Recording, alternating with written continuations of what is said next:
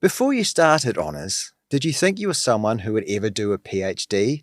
Yes, no, or absolutely not? Yes. Yes.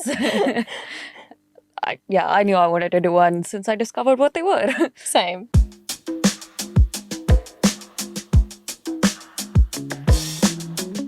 Hello, and welcome to the Honestly Honours podcast, a show where we discuss and demystify the MDHS Honours program. I'm Ryan Johansson, the Honours Coordinator, and today is episode 4, The Stepping Stone, an episode all about the pathways that honours can lead to, and why this year is often seen as a key turning point for students. Whether that's pursuing a PhD, applying for the Doctor of Medicine, moving into industry, or simply gaining clarity about what comes next, honours can open doors in unexpected ways. Together with today's guests, Reet and Holly, we're going to explore the PhD pathway. So, if I could get you to introduce yourselves and just tell me a little bit about your research in honours and PhD. Yeah, hi everyone, I'm Holly. I was based at the Doherty last year for my honours and the CSIRO Australian Centre for Disease Preparedness, and I was looking at avian influenza and improving ways to test for it in the field, and I've just started my PhD looking at avian influenza as well. Thank you. Hi, I did my honours at WeHi and I worked on cell death and infectious diseases, which was very fun to do during a pandemic. And we worked on modulating the immune response to different diseases to sort of make sure that the dysregulated immune response isn't contributing to making the disease worse, basically. And now for my PhD, I work still at WeHi, but in a blood cancer laboratory, and I work on the tumor suppressor gene P53. Fantastic. Thank you, Reet. All right, we're going to jump straight into the honours year. And what were you hoping honours would help you achieve when you went into honours? For me, it was a direct pathway into a PhD because I knew that I wanted to go the next step and jump straight into it without doing the master's in between. So that's why I chose the honours pathway, because it's shorter. I think for me as well, like I knew I wanted to do a PhD. And so I think I chose an honours because it was sort of more research intensive, where even though we have some coursework, it's still designed around our research, which was, I thought that would be more fun and exciting than just doing pure coursework in a master's program. And I also just wanted, I'd always known I wanted to do research, but I think it was a lot more of an abstract idea. But I thought if I got to be in the lab and do a research project, then I could actually solidify that, yes, this is what I want to do. So you think honours helped solidify that pathway for you in terms of what the reality of a PhD might be like? Absolutely. I mean, don't get me wrong, and honours is very different to a PhD in terms of obviously the duration, the level of sort of independence and things like that. But it's still the first thing you get to do as a student, where you're really sort of in charge of your own research project, learning how to guide a project, all the things that go around an experiment. You know, at uni, you go to your lab, everything's set up for you, you sort of do the things, you leave. But with an honours, that's the first time where it's like, I am responsible for making sure I'm set up in time for things, making sure things don't go wrong, what to do if they do, things like that. And so I think that was sort of the main advantage of doing an honours before you step into a PhD. Same for you, Holly? Yeah, I think the project management side is very different to undergrad. And it's a good way to just see if you like the research lifestyle, because there are things that you don't necessarily think you're going to have to do before you do it. So, yeah, I mean, I hear stories about people just kind of, I guess, going to the lab and like it's a bit of a shock because you have to really be across like, you know, what do I need for this experiment? And if I don't have it all, then, you know, it's going to delay things. So it's a good way to test whether you like problem solving in that sense and whether you can handle it as well. I mean, I spent I think a month and a half of my honours because my project involved a new pathogen that wasn't worked with at my institute. I spent a month and a half testing ways to discard my samples. So it wasn't even experimental work. It was just figuring out what we're going to do to deactivate this bacteria before we can throw it away. And I spent a month and a half doing that in my honours.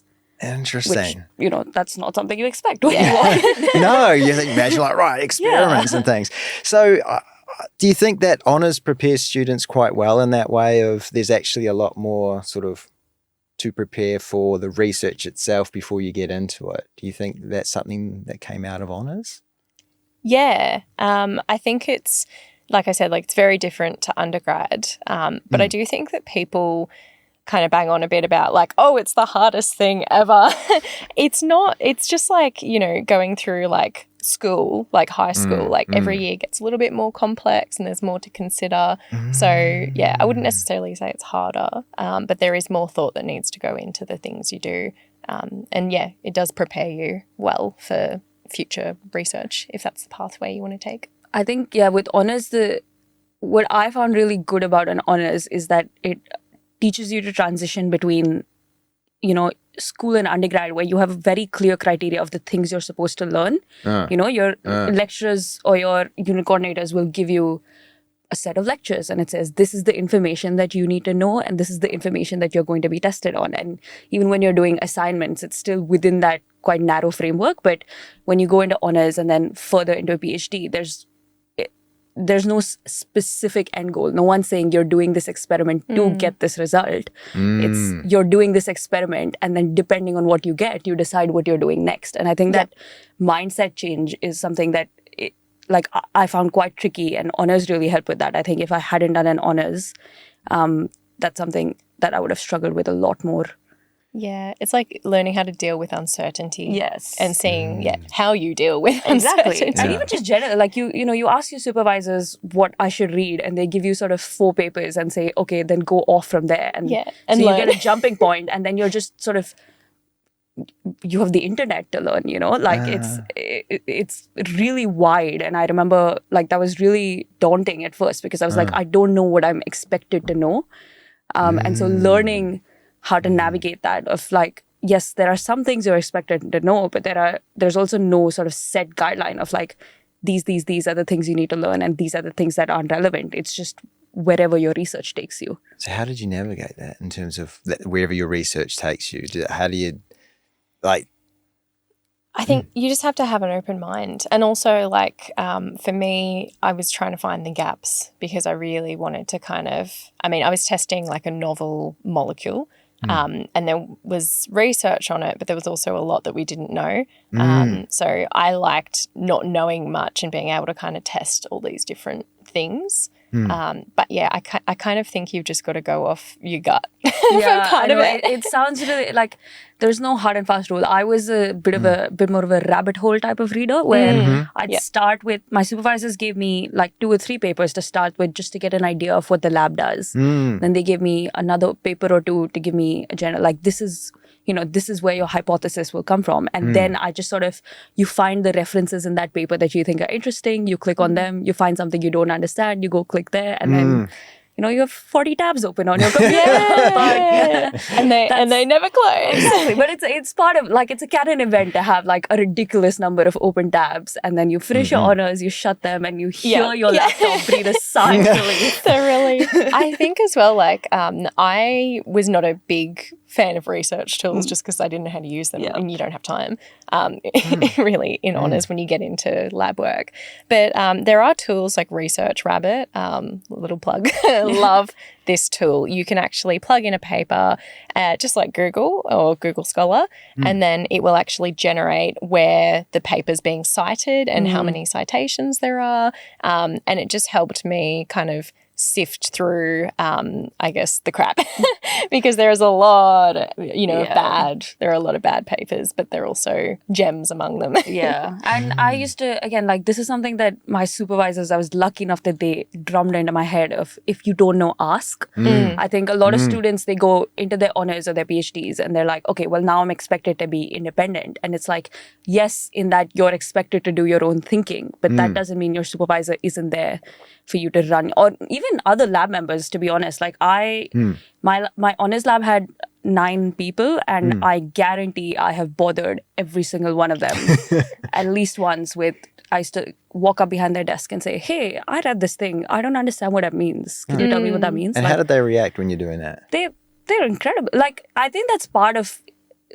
like, you want a lab that would be responsive to you wanting to learn, you know? And I think most people are, like, scientists are naturally curious. And when they get honours students or PhD students, they want students who want to learn. And so I think you'd have to be very unlucky to be penalized for wanting to learn in an environment like that, I think. Yeah. And I think, like, you know, if you feel like you can't bring up research ideas, like that is not the environment that you know, deserve to be in. And you should definitely get assistance and support with that. Yeah, absolutely. And I think that's another thing your honors helps with is it's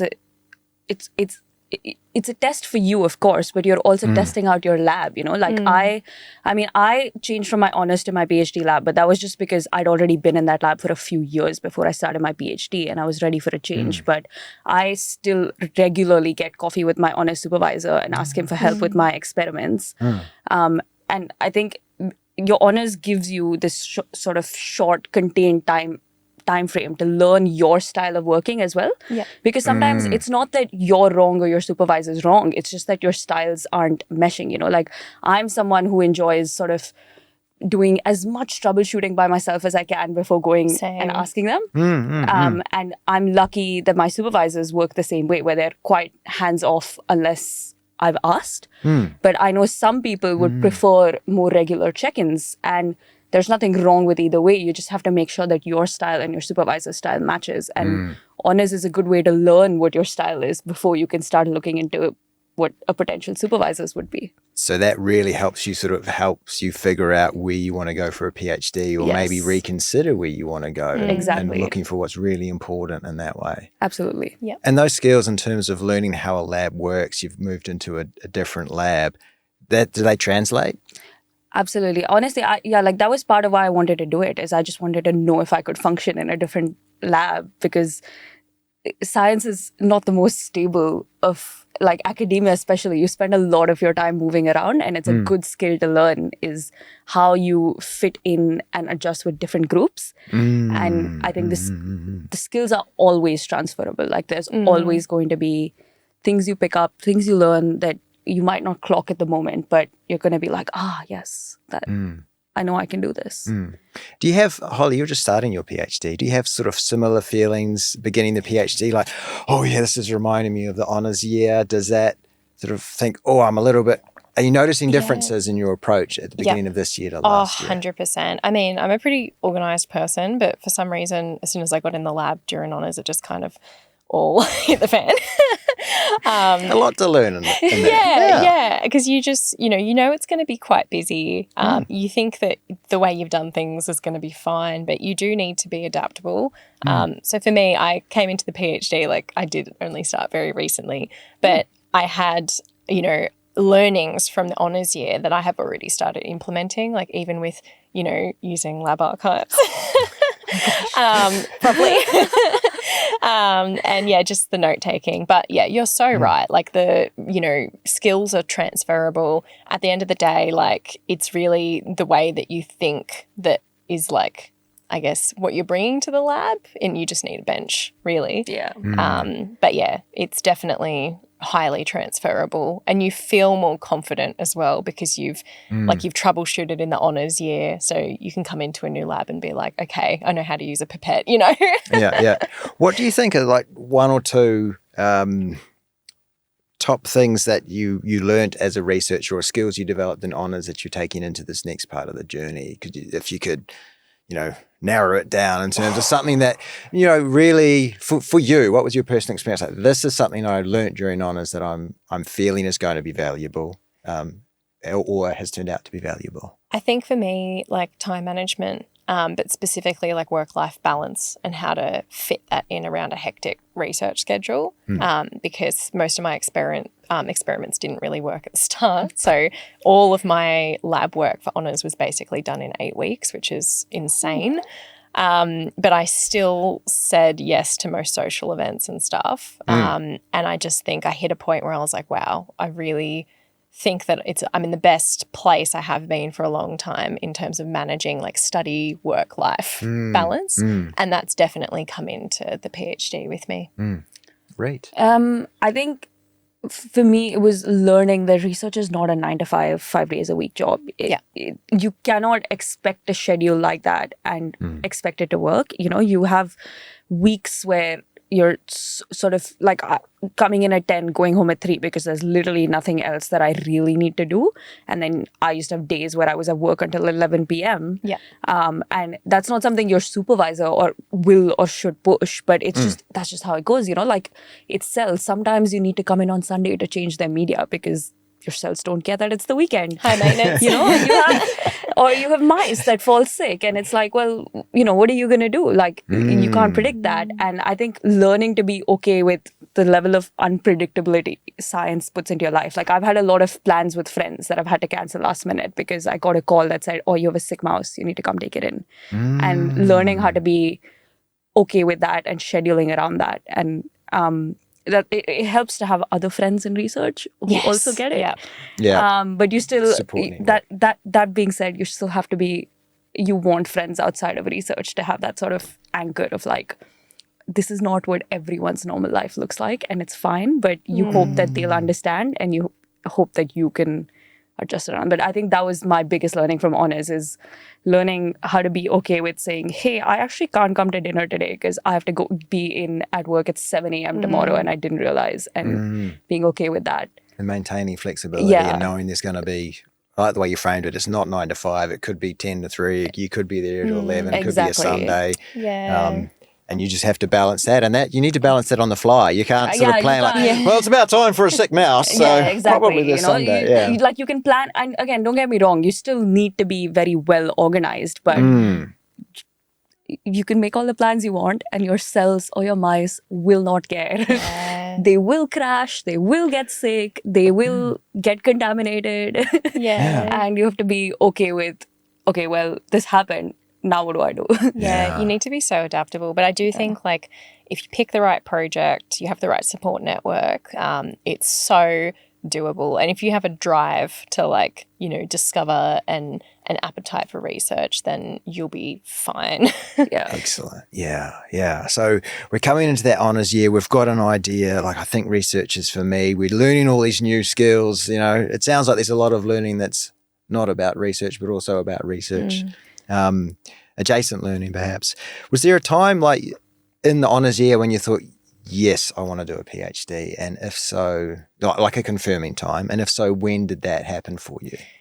I think for me, it was tricky because I knew I wanted to jump straight into it, and applications were open in, like, thesis submission time. So it's tricky because you're not even finished honours, you're just trying to survive and submit, and then you've got to think about the next step and, do all that paperwork. But I think that's a good test of, like, am I ready to jump in? Do I need a little break? Do I need to wait for the next round just to give myself a bit of a breather? But I think it was around October for me where I was like, yep, I'm not too exhausted and I really want to continue this project. So what was that thought process or that application process like for you? Can you tell me a bit more about what you went through? Because I'm sitting here imagining thesis, and PhD application. It was quite early in the year than I would have thought. How did you navigate it? I tried to get a lot of my thesis done the month before it was due to give myself time. So you knew it was coming? Yeah. I knew that PhD applications were open. I didn't have to do a lot in terms of applying, but it was just like, when you've got a million other things to do, it can be quite, overwhelming. But yeah, I booked a lot of holidays after the thesis submission date. And then, did the start of the application process. Not a whole lot of forms. And then it's just about waiting. So, So you kind of planned it out. You did a little bit of front loading on the thesis to have it ready to give yourself the time. So you'd be fair to say you knew pretty early, well, about by midway through your honours year, you were like, I think a PhD. Yeah, I think I similar to Reid, I knew I wanted to do one. And so I kind of came into honours knowing I was going to apply. It was just whether it was going to be straight after honours or have like a little 6-month kind of break. But yeah, I would say definitely by midway through honours, I knew I was going to do one, but I really, really knew I wanted to continue because I just, research life can be so addicting.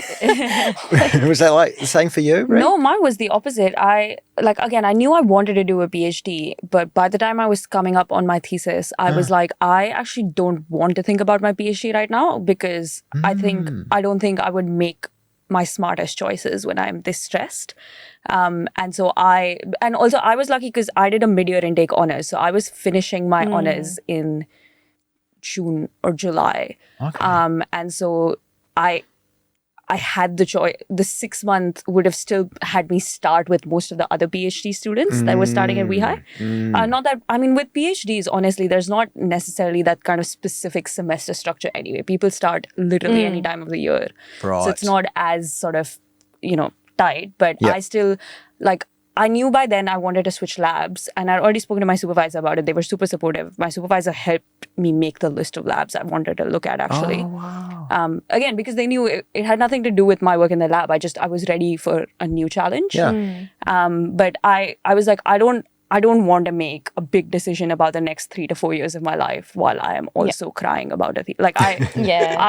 I'm not even exaggerating. I actually, about 3 weeks before my thesis was due, I called my supervisor crying because I said that the cursor on my Word document was making it difficult to write, because it was blinking. And she was like, for a second, she was like, what? But she had me, but weirdly, that's the moment I knew I wanted to do a PhD because then I called my mom and she's like, are you sure this is what you want to do? Because you're calling me crying. And I'm like, you know what? Actually, yes. Wow.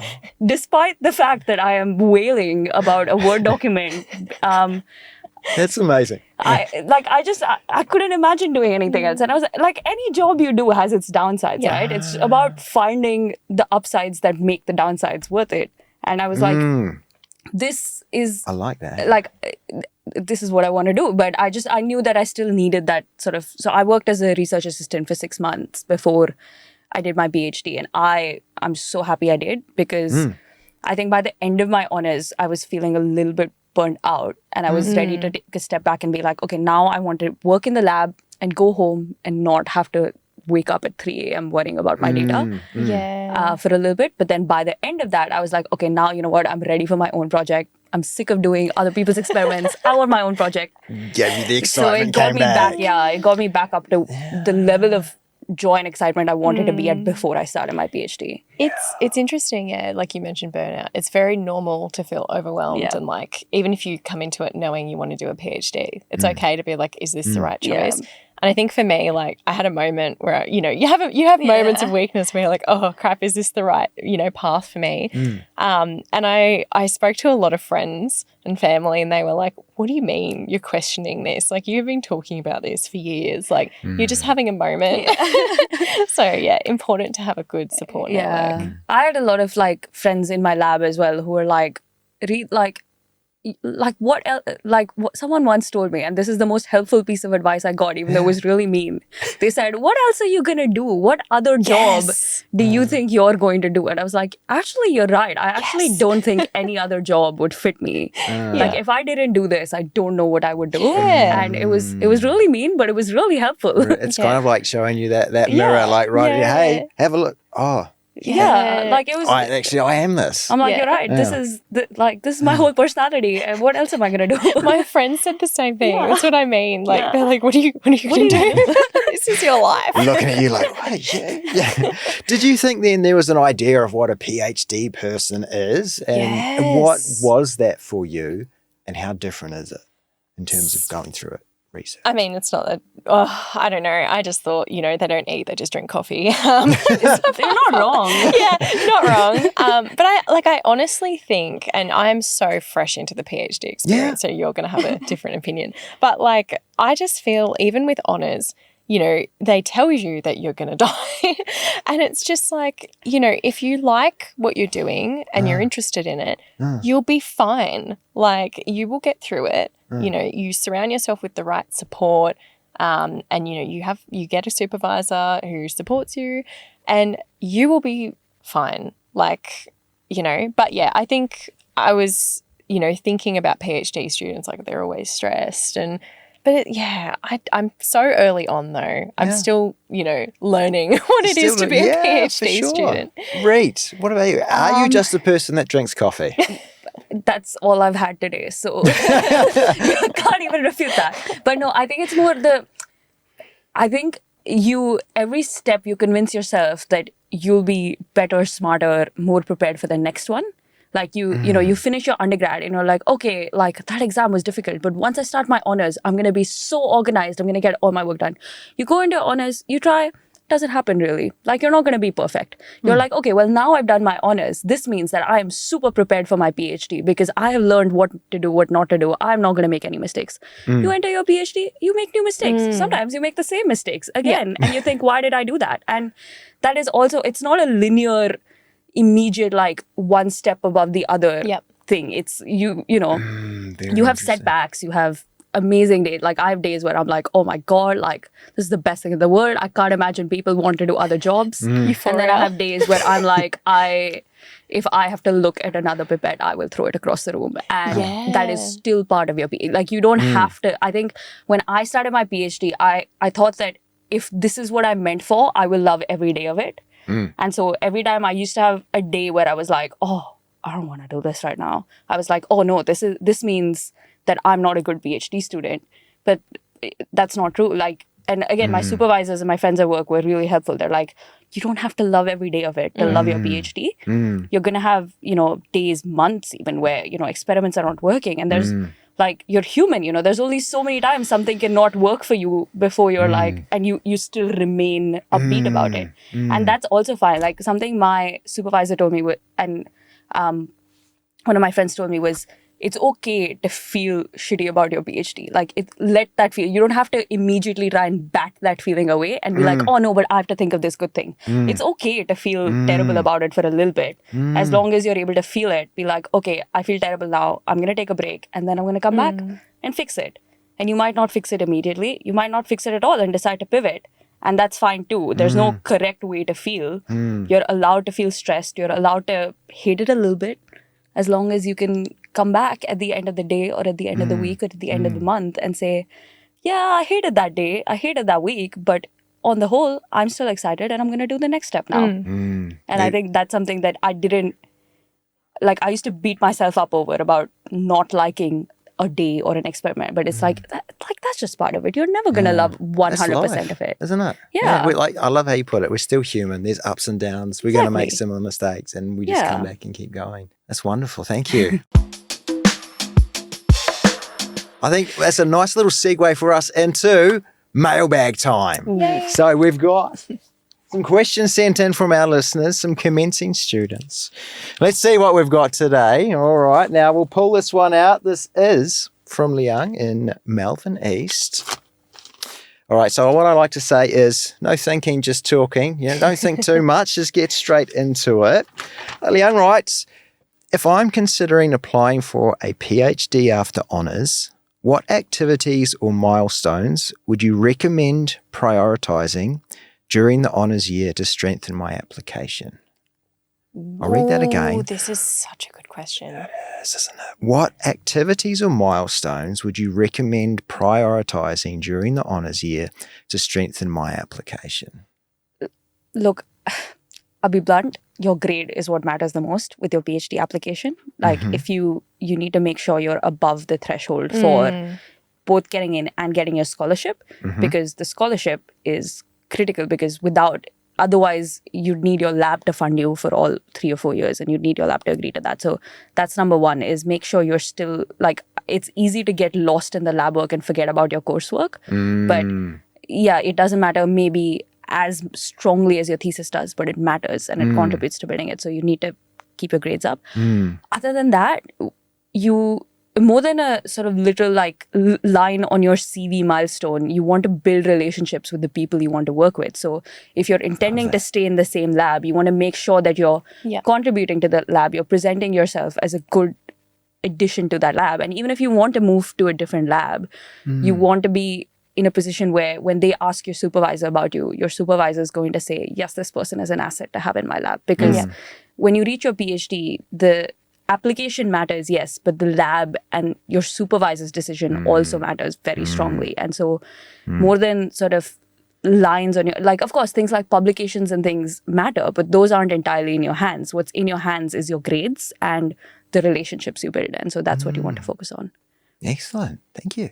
I completely agree. I think it's 50-50 grades versus relationships as well. Like on grades, like this is important. I think it's, it's the biggest mark. Start writing early, even if it's just a brain dump, and that'll help you focus on the data stuff later on towards submission. But on the relationships thing, that really is critical as well, because if you don't meet the cutoff for a scholarship, because they're so competitive, you want to be able to approach people who have grant funding and say, will you fund me to be a PhD student in your lab?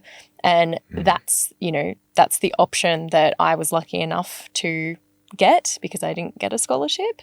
So I'm, very, very grateful for my supervisor and, her grant funding. Yeah, Wonderful. You just like you realize that science is not. Yes, of course, a CV or the lines on your CV matter, but at this stage of your career, people just want to know that you're a good worker, you're a good student, and so you want to be able to demonstrate that. And you don't have to go around sort of banging a drum about it, but just little things like offering to help with other people's experiments, offering to learn things that you don't necessarily need to. They show that you're there and you want to be there and you're invested in getting better. And I think it's not like beating the, hey, look, I'm fantastic. I've got no, a great grade. Look at not. this. I can do a PhD. It's about, saying to a lab member, hey, if you want to go to lunch, I can wash this membrane for you because I'm here anyway, like something. And vice versa, like people will help you, and you want to be someone that people want to help, and the way to do that is to be a helpful person. And like it sounds so basic, but it's just like being a nice person will get you everywhere.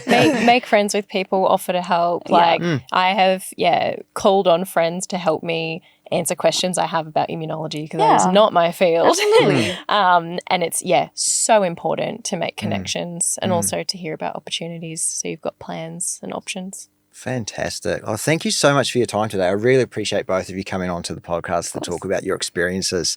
There's a lot in there. If I was going to wrap that up into some takeaways, it's honours is a big experience with some fantastic transferable skills. You're not going to come out of it being a superhero. You'll make similar mistakes in a PhD potentially. Honours might clarify that for you, that pathway halfway through, or it might take a malfunctioning mouse cursor to push you to a weird point where you go, but what else would I do? Oh, that's lovely. I love that story. Thank you.